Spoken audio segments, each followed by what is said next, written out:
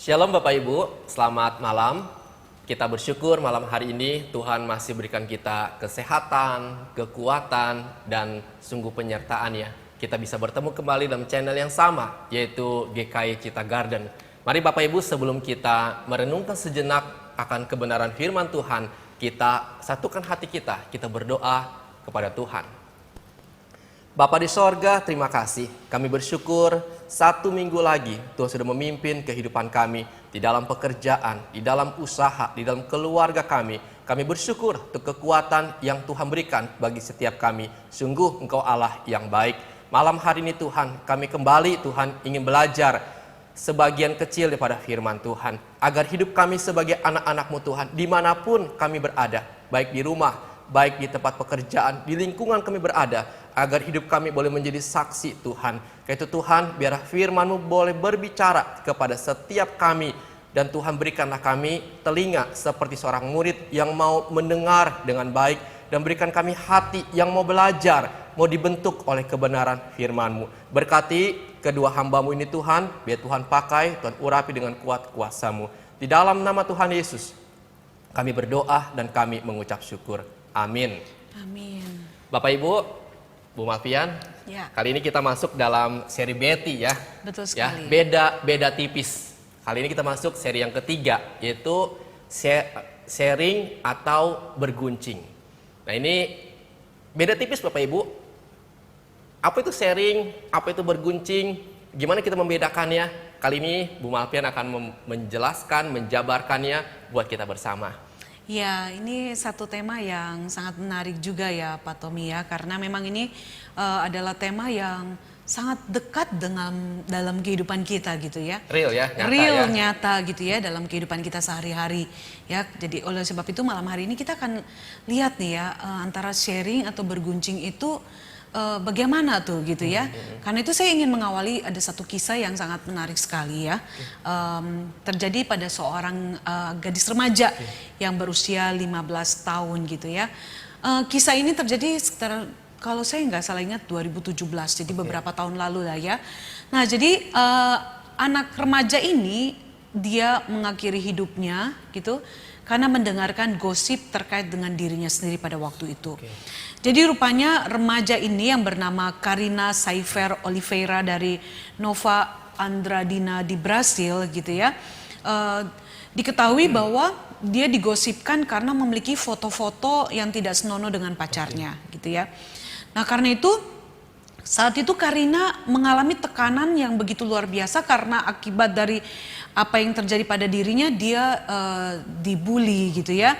Kemudian ada tindakan rasis dari teman-teman sekolahnya pada waktu itu ya. Bahkan dia sering kali menerima pesan-pesan teror dari teman-temannya karena peristiwa yang sedang dia alami pada saat itu gitu. Dan membuat dia akhirnya membenci dirinya sendiri gitu. Dia tidak bisa terima keadaan dirinya karena ada banyak teman-temannya yang menggosipkan tentang keadaan fisiknya pada saat itu sehingga membuat dia tidak tahan lagi. Dan ini dialaminya bukan hanya sekitar 1-2 bulan atau waktu yang singkat. Itu diceritakan itu selama 1 tahun Karina mengalami keadaan yang membuat dia sangat-sangat menderita pada waktu itu. Sehingga karena dia tidak tahan, dia memilih untuk mengakhiri hidupnya pada saat itu. Wow. Dan ini membuat keluarganya sangat terpukul sekali. Mereka sangat sedih sekali karena tidak menyangka akibat dari gosip yang terjadi terhadap anak perempuan mereka, akhirnya membuat mereka kehilangan anak yang mereka cintai. Jadi sangat sedih sekali pada waktu itu. Dia bunuh diri karena digosipkan oleh teman-temannya sendiri.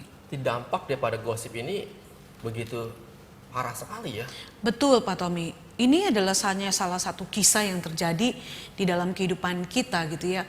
Kalau mungkin kita melihat atau kita mencoba mencari tahu, ada banyak sekali dampak-dampak yang sangat negatif atau dampak yang sangat buruk dari gosip itu sendiri gitu ya. Itulah yang kita bisa lihat pada malam hari ini gitu. Gosip dengan berguncing itu sama ya? Nah ya, gosip dengan berguncing itu sama ya. Tema kita berguncing ya, mungkin kita bertanya-tanya apa bedanya sama gosip. Jadi sebenarnya jika kita melihat arti dari kedua kata ini di dalam KBBI itu memiliki kesamaan, di mana berguncing ataupun gosip itu adalah diberikan pengertian yaitu membicarakan tentang keburukan, kejelekan, kelemahan, atau tentang sesuatu yang tidak benar, tentang seseorang gitu ya.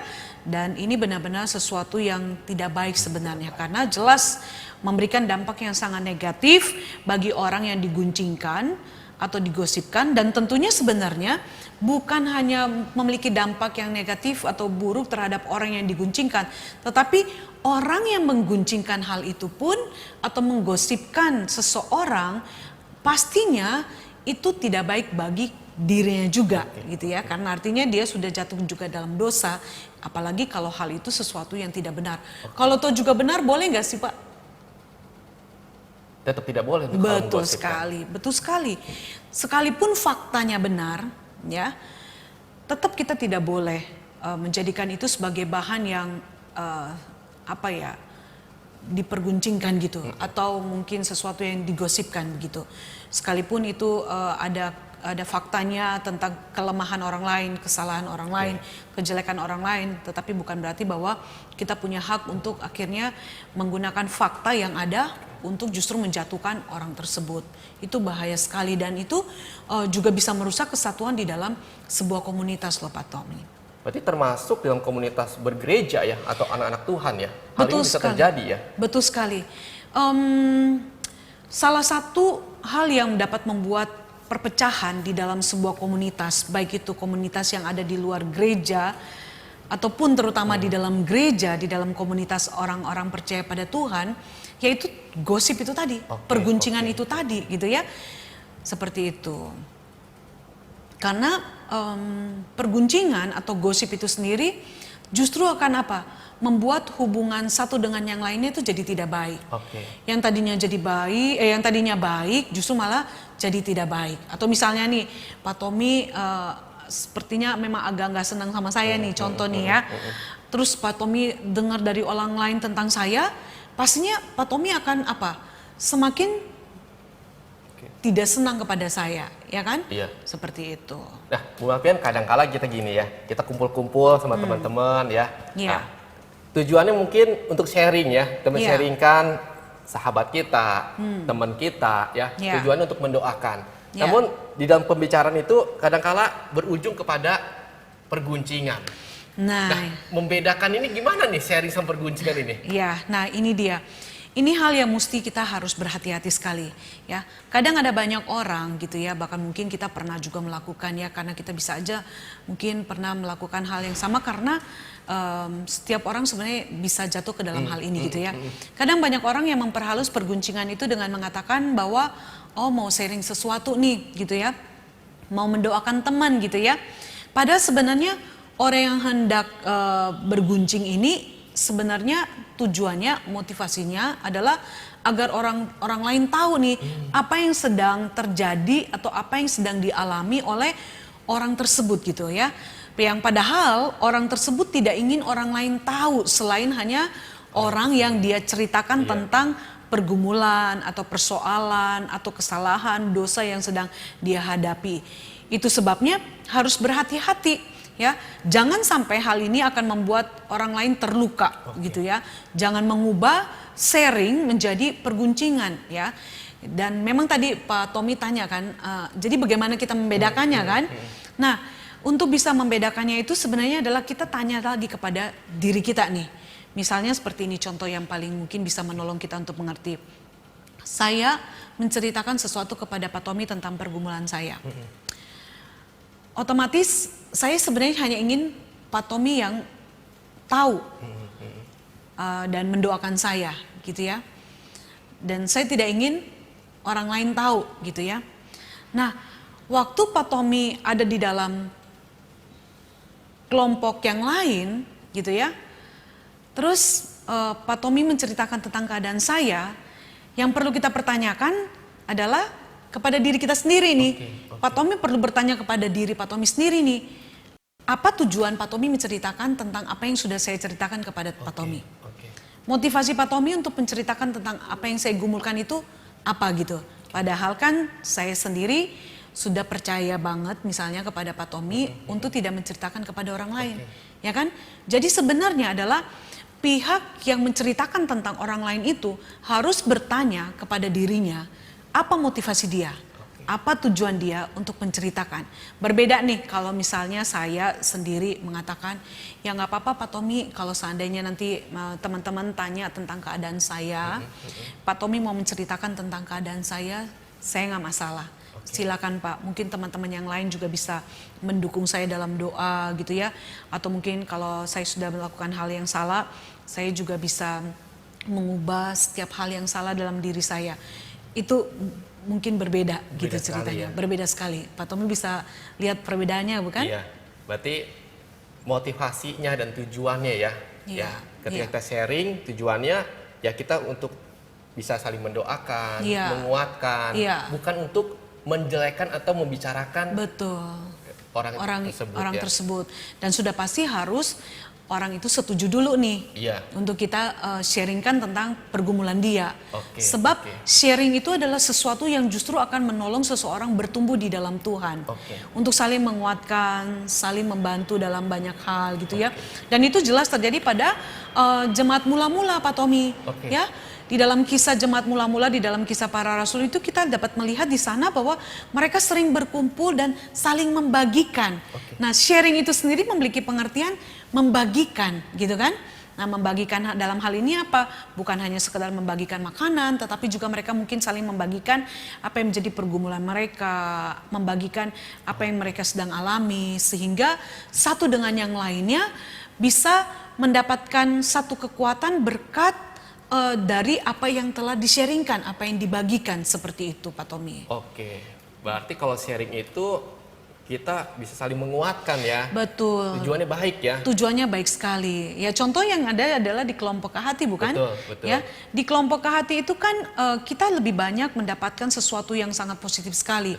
Saya sebagai rohaniwan, jujur Pak Tommy ketika melakukan pertemuan-pertemuan KHT, ketika ada jemaat-jemaat Tuhan yang bisa men-sharingkan apa yang menjadi pergumulan mereka atau bagaimana mereka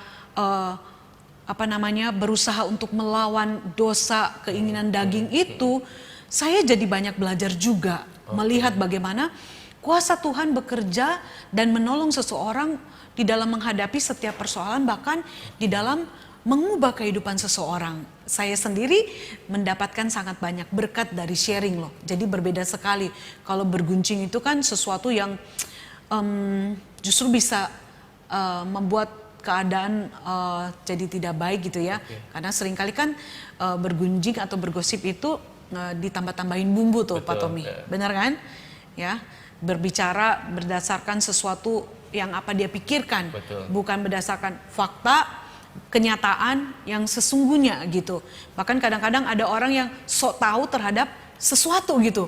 Dia nggak tahu benar, tetapi dia menceritakan tentang keadaan itu seolah-olah itu benar terjadi. Nah, itu yang sangat berbahaya sekali. Ya, seperti itu.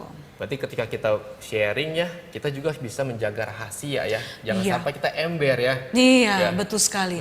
Itu betul sekali. Jadi jangan sampai kita itu menyalahgunakan kepercayaan yang sudah diberikan oleh orang lain kepada kita, ya kan?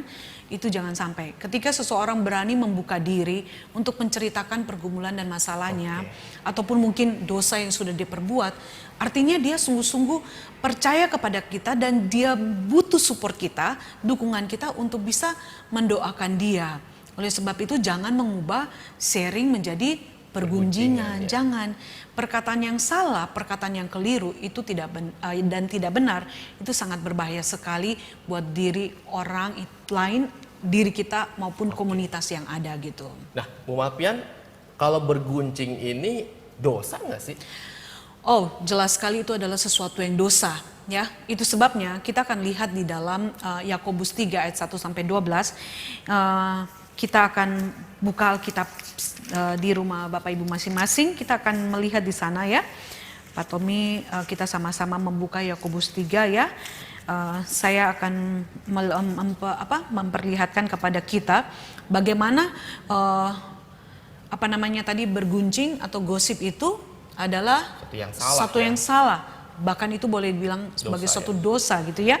Dimana di dalam bagian yang ada di dalam Yakobus 3 ayat 1 sampai 12 ini, Yakobus menuliskan ini untuk apa? Untuk menegur orang-orang Kristen yang ada di perantauan pada saat itu. Karena Yakobus melihat bahwa ada sesuatu yang salah, ada sesuatu yang keliru dengan kehidupan orang-orang Kristen pada saat itu. Di mana ternyata mereka yang menjadi guru atau orang yang dianggap rohani justru tidak memberikan pengajaran yang benar, pengajaran yang tepat ya lewat kata-kata mereka. Itu sebabnya sehingga Yakobus mengatakan berhati-hati loh dengan perkataan gitu ya. Itu sebabnya jika kita memperhatikan pasal ini, kita akan menemukan di dalam nasihatnya Yakobus itu mengontraskan antara lidah yang kecil dengan dampak yang dihasilkan. Artinya dengan perkataan nih ya. Di dalam ayat 3 dan 4 jika Bapak Ibu memperhatikan dengan baik-baik, kita bisa melihat di sana Yakobus mengingatkan jemaat Tuhan pada saat itu dan tentunya kita juga pada saat ini, dua benda yang kecil namun memberikan pengaruh yang sangat besar sekali gitu, yaitu apa? Kekang dan kemudi. Kemudi. Ya. Iya, kekang dan kemudi ya. Kekang itu Pak Tommy tahu kan ya? Kekang itu ya untuk menguasai apa? Kuda. Ya. Kekang itu nggak gede. Kekang itu sebenarnya kecil ya. Dan juga kemudi itu enggak pernah ada kemudi yang lebih besar daripada kapal ya gitu kecil ya. Kecil gitu ya. Enggak gede kan ya, kecil sekali. Cuman berapa ya seginilah ya. Mungkin lingkaran gini satu lingkaran 30-40 cm kali ya mungkin ya lebarnya gitu ya, diameternya. Nah, namun Yakobus mau mengatakan bahwa dua hal yang kecil ini mampu mengendalikan apa? Kuda yang besar, bahkan mengendalikan kapal yang besar dan begitu megah sekali. Bahkan lebih lanjut kalau kita memperhatikan pada ayat yang kelima, kita akan melihat bahwa meskipun api kecil, namun itu ternyata bisa apa? Membakar habis seluruh isi hutan gitu ya. Bayangkan banyak hutan yang terbakar bukan dimulai dari api yang besar loh. Ya, paling kecil ya. Api yang paling kecil gitu ya. Kita punya daerah yang sering terjadi kebakaran itu di daerah apa? Riau ya. Ya sering terjadi kebakaran hutan gitu ya. Itu bukan dari api yang besar tetapi jelas dikatakan dari sesuatu yang sangat kecil. Nah, dari sini kita melihat tiga benda yang dipakai oleh Yakobus ini menarik kesimpulan bahwa hal-hal yang kelihatannya kecil tetapi ternyata memiliki dampak atau pengaruh yang besar sekali. Demikian juga dengan lidah gitu ya. Lidah itu merupakan satu bagian yang kecil di dalam tubuh kita loh, di dalam tubuh manusia ya. Gitu kan? Gak ada orang yang punya lidah yang lebih besar dari tubuhnya. Itu bisa jadi monster tuh kayaknya ya Pak Tommy ya. Gak ada gitu ya. Nah, lidah itu di dalam tubuh kita bagian yang kecil. Namun lidah yang kecil ini ternyata mempunyai peranan yang besar bagi tubuh manusia. Ya, tanpa lidah kita bisa mengunyah nggak? Nggak bisa. Nggak bisa. Bisa bicara? Nggak bisa. Nggak bisa ya. Bisa menelan, berbicara, mengecap, menyanyi? Nggak bisa. Nggak bisa, gitu kan ya. Nah, dari hal ini kita bisa melihat betapa luar biasanya lidah yang kecil bagi manusia kan, betul. Ya.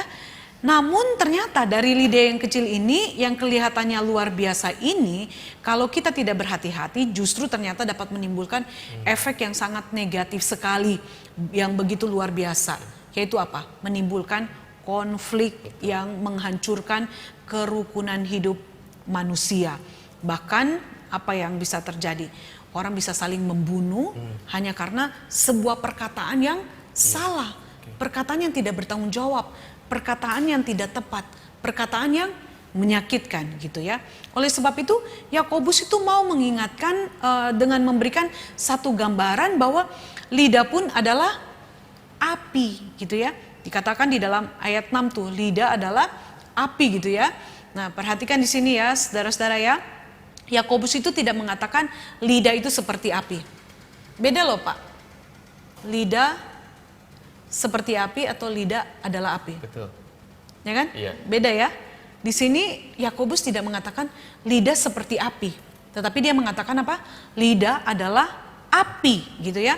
Nah, sebagai api itu jelas sekali apa? Dapat menghanguskan dan menghancurkan. Jadi analogi yang dipakai oleh Yakobus ini benar-benar luar biasa gitu ya. Dia mau menggambarkan betapa lidah yang adalah api itu dapat menghanguskan, menghancurkan, meluluhlantahkan berbagai macam hal. Karena itu Yakobus mengatakan bahwa lidah itu merupakan suatu dunia kejahatan. Waduh, ini ternyata ya kalau kita belajar ini benar-benar sebenarnya harus membuat kita ngeri ya. Ternyata perkataan kita itu atau lidah itu merupakan dunia kejahatan. Apa sebenarnya artinya? Kenapa Yakobus mengatakan bahwa lidah itu merupakan suatu dunia kejahatan ya? Karena ternyata ya seringkali karena ternyata gini Bapak Ibu, artinya bahwa tidak ada kebenaran di dalamnya karena telah tercemar ya, dan ternyata itu ada di dalam tubuh manusia. Seringkali kita berpikir bahwa dunia yang cemar itu adalah tempat di mana kita tinggal saat ini gitu ya. Nah, tetapi ternyata kita tidak menyadari bahwa sebenarnya dunia yang cemar, dunia yang jahat, yang tidak ada kebenarannya juga ada di dalam diri kita, yaitu perkataan-perkataan yang sia-sia, tidak membangun, perkataan yang merusak, perkataan yang justru membuat orang lain jadinya tidak oke gitu ya, perkataan yang tidak sesuai kebenarannya gitu ya, itu tuh yang akan sungguh-sungguh membuat keadaan jadi tidak baik. Oleh sebab itu lebih lanjut di dalam ayat 7 sampai 8 Yakobus mengatakan apa? Semua binatang itu bisa dijinakan loh. Benar nggak Pak Tommy? Betul, betul. Ya kan? Binatang apa paling buas kira-kira? Harimau pun bisa dijinakan, buaya pun bisa dijinakan. Benar. Ular berbisa, Iya. seperti kobra ya. Iya. Ya kan? Itu kan bahaya sekali. Betul. Tetapi itu dikatakan oleh Yakobus bahwa semua binatang yang ada di dalam dunia ini itu bisa dijinakan dan telah dijinakan oleh siapa? Manusia. Tetapi ternyata tidak ada orang yang bisa menjinakan apa? Lidahnya sendiri. Gitu. Tidak ada yang bisa menjinakkan lidahnya sendiri. Maksud di sini bukan lidah ya, tetapi lebih kepada perkataan ya. Tidak ada yang bisa menjinakkan perkataannya sendiri gitu ya. Contoh yang paling real, waktu kita marah, seringkali kita bisa kontrol nggak? Kadang-kadang. Kadang-kadang kita bisa memaki orang, ya kan? Betul kan? Bisa kita berkata-kata yang kasar. Ya, sebenarnya kita sepertinya tidak bermaksud untuk begitu, tetapi ketika kita marah, akhirnya seringkali kita gagal mengendalikan perkataan kita kan? Betul. Yang keluar jadinya perkataan yang apa? Yang tidak baik. Yang tidak baik, yang sudah bisa melukai entah pasangan kita, anak kita, orang lain yang ada di sekitar kita, ya kan? Itu buktinya bahwa tidak ada seorang pun yang bisa menjinakkan lidahnya sendiri atau perkataannya sendiri, ya. Ia bahkan menambahkan ya, Yakobus maksudnya menambahkan bahwa lidah itu adalah sesuatu yang buas. Jadi dikatakan Yakobus bahwa lidah itu atau perkataan itu juga sesuatu yang buas, yang tidak terkuasai dan penuh dengan racun yang mematikan. Dan itu juga disadari oleh penulis Amsal, Pak Tommy, sehingga di dalam Amsal 18 ayat 21 ya dikatakan di sana bahwa hidup dan mati dikuasai oleh lidah. Wow, ini artinya bahwa kita harus berhikmat ya, menggunakan perkataan dari mulut kita ya. Dan perkataan ini memberikan pengaruh yang sangat besar sekali. Bisa baik, bisa juga negatif. Betul. Jadi bisa mendatangkan sesuatu yang baik, bisa mendatangkan sesuatu yang negatif. Contoh yang pertama tadi kan itu yang saya ceritakan tentang kisah gadis remaja Karina itu kan ya. Mau bunuh diri ya. Iya, mau bunuh diri itu hanya karena perkataan, karena diperguncingkan, dikosipkan. Kalau toh memang betul Karina itu punya foto yang tidak senonoh dengan pacarnya, seharusnya yang dilakukan apa? Jangan menyebarkannya. Jangan memperburuk keadaan dia. Justru sebagai teman kan kita menolong dia untuk supaya tidak melakukan lagi hal-hal yang tidak baik. Ya kan Pak Tommy ya? Betul. Wah, itu berarti bahwa kita tidak boleh mengubah ya sharing itu menjadi perguncingan ya. Karena akan berakibat sangat fatal sekali ya. Betul, akan sangat fatal sekali. Jadi memang kita harus berhati-hati sekali ya. Kadang-kadang kita bermaksud baik, tetapi kita harus bertanya dulu nih, apakah maksud baik kita itu betul-betul motivasinya baik? Betul. Berarti harus berpikir 2-3 kali ya. Harus sebelum berpikir. kita menceritakan kepada orang lain ya. Betul ya. Kayak begini Pak Tommy ya, misalnya ada jemaat yang minta saya doakan ya. entah dia sakit atau apa, sebelum didoakan di kebaktian doa Rabu, itu pasti saya tanyakan dulu loh. Oke. Saya tanya, Boleh tidak gitu ya? Bapak Ibu mau didoakan di doa Rabu gitu ya? Nah, kalau misalnya dia berkata bahwa, oh silakan didoakan di kebaktian doa Rabu, baru saya akan meminta rekan yang berdoa untuk mendoakan jemaat tersebut. Karena kan belum tentu ada orang yang juga ingin diketahui oleh semua orang gitu ya. Jadi kita memang harus berhati-hati, harus berhikmat tentang hal men-sharingkan ini gitu ya. Jangan sampai akhirnya dari sharing menjadi pergunjingan atau gosip ya. Seperti itu Pak Tommy. Nah, Bu Malpian yang terakhir nih, apa nih yang harus kita lakukan agar kita tidak sampai jatuh ke dalam dosa perguncingan? Nah, ini dia. Saya akan kasih 4 hal penting nih, Pak Tommy ya. Sebelum kita sampai bisa jatuh ke dalam perguncingan gitu ya. Nah, yang pertama itu sebelum berkata-kata ya, pastikanlah dulu kebenarannya terlebih dahulu ya. Jangan sampai kita menyebarkan gosip yang akan menghancurkan hidup orang lain gitu ya. Jangan sampai kita sok tahu terhadap kehidupan orang lain gitu ya. Jangan kita hanya cuman mendengar, mungkin cuman sedikit, kita sudah menganggap bahwa yang sedikit itu adalah fakta yang sebenarnya, ya kan? Cross check terlebih dahulu gitu ya. Jangan sampai kita akhirnya membeberkan sesuatu yang tidak benar dan tidak tepat. Kalau itu juga benar, tidak perlu harus digembar-gemborkan gitu ya. Nah, yang kedua, sebelum kita berkata-kata, pikirkan dulu dampaknya gitu ya. Bertanyalah, apakah kita siap menanggung perkataan kita itu? Ya, apa yang kita katakan siap nggak kita tanggung nanti, gitu kan? Jadi itu pikir matang-matang. Seperti yang tadi Pak Tommy sempat bilang kan, berhikmat, ya. Jadi harus benar-benar miliki hikmat, gitu ya.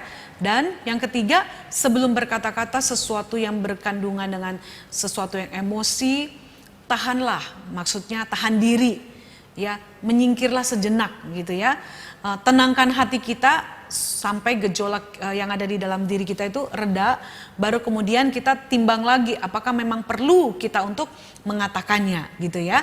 Jadi jangan sampai kita terbakar emosi atau misalnya terbawa dengan keadaan dan suasana berita atau peristiwa yang kita dengar, kemudian kita langsung kayaknya tidak bisa tahan diri. Itu bahaya juga, justru akan menimbulkan sesuatu yang salah gitu ya. Dan yang terakhir, sebelum berkata-kata, ujilah terlebih dahulu apakah ada dosa di dalamnya. Kembali tadi apa saya bilang? Motivasinya. Ya. Tujuannya. Ngomongin hal itu. Untuk apa sebenarnya? Berguna nggak untuk diri kita? Berguna nggak buat orang lain? Ya, berguna nggak untuk orang yang kita ceritakan itu? Gitu ya. Jika di dalamnya terkandung dosa atau motivasi yang salah, tujuan yang keliru, maka berhentilah. Jangan meneruskannya. Ya. Amsal 21 ayat 23 mengatakan siapa memelihara mulut dan lidahnya memelihara diri daripada apa? Kesukaran. Ya, sekali lagi ya, ini ayat yang sangat baik sekali, yang sangat menarik sekali. Amsal 21 ayat 23 dikatakan apa? Siapa memelihara mulut dan lidahnya memelihara diri daripada kesukaran gitu. Sebab itu kita harus benar-benar berhati-hati. Saya jadi ingat Tuhan Yesus sendiri memberikan teladan dalam hal ini Pak Tommy. Waktu dia berada di bait suci gitu ya, itu di dalam Lukas dikatakan apa? Bertambah-tambah hikmatnya, ya kan? Sehingga setiap perkataan yang keluar dari mulut Tuhan Yesus, apakah perkataan itu justru merusak? Tidak ya. Sama sekali enggak kan? Iya. Selama Yesus hidup di dalam dunia 3,5 tahun, setiap perkataan yang keluar dari mulut Yesus adalah perkataan yang sangat membangun, perkataan yang sangat menguatkan, perkataan yang sangat menolong orang lain untuk bertumbuh di dalam pengenalan akan Tuhan. Itu sebabnya Yesus sudah memberikan teladan kepada kita dalam hal berkata-kata, kita pun harus belajar untuk meneladaninya. Itu sebabnya mari teman-teman atau saudara-saudara yang ada di rumah gitu ya, jemaat yang terkasih, mari kita belajar. Jangan sampai kita merusak sebuah komunitas, merusak hubungan kita dengan keluarga, orang lain, sesama jemaat Tuhan, sahabat kita, hanya karena perkataan kita yang tidak bertanggung jawab, perkataan kita yang tidak baik gitu ya. Oke, itu Pak Tommy. Oke Bapak Ibu, sudah paham ya, kita sudah belajar perbedaan antara sharing dan berguncing. Jangan sampai sharing yang kita utarakan jatuh ke dalam dosa perguncingan yang hanya menimbulkan perpecahan, ya sakit hati daripada sesama kita. Oke, Bu Malvian, terima kasih sama-sama. untuk firman Tuhan pada malam hari ini. Ya, baik Mungkin Pak bisa Tommy. tutup dalam doa. Baik, mari jemaat yang dikasihi Tuhan, kita akan berdoa mengakhiri perenungan kita atau bincang-bincang kita tentang sharing atau perguncingan ini. Kita berdoa. Tuhan, kami datang di hadapan-Mu. Kami mengakui ya Tuhan betapa seringkali kami jatuh di dalam dosa perkataan. Kami berguncing, kami bergosip, sehingga akhirnya membuat hubungan satu dengan yang lainnya menjadi rusak. Bahkan bukan hanya hubungan satu dengan yang lainnya, tetapi akhirnya membuat komunitas gereja atau komunitas orang percaya menjadi berpecah karena perkataan. Tuhan tolong. Ampuni kami Tuhan. Tolong kami agar kami belajar untuk memiliki hikmat yang daripada Tuhan. Ketika kami harus berkata-kata tentang orang lain. Ketika kami harus menceritakan sesuatu kepada orang lain. Tolong kami menjadi pribadi yang dapat dipercaya. Pribadi yang dapat bertanggung jawab terhadap setiap perkataan kami. Dan biarlah setiap perkataan kami, Tuhan mampukan agar itu dapat menjadi berkat, dapat menguatkan, dapat menolong orang lain untuk kami bertumbuh bersama-sama di dalam Tuhan. Tolong kami Tuhan, kami sangat lemah, kami tidak berdaya untuk menjinakkan lidah kami, perkataan kami. Tetapi kami percaya pertolongan daripada Tuhan, daripada Roh Kudus yang akan memampukan kami untuk benar-benar menguasai perkataan, menguasai lidah kami. Terima kasih Tuhan untuk firman Tuhan yang kami boleh sharingkan pada malam hari ini. Di dalam nama Tuhan Yesus kami berdoa dan mengucap syukur. Amin. Amin. Oke, Tuhan Yesus memberkati saudara sekalian.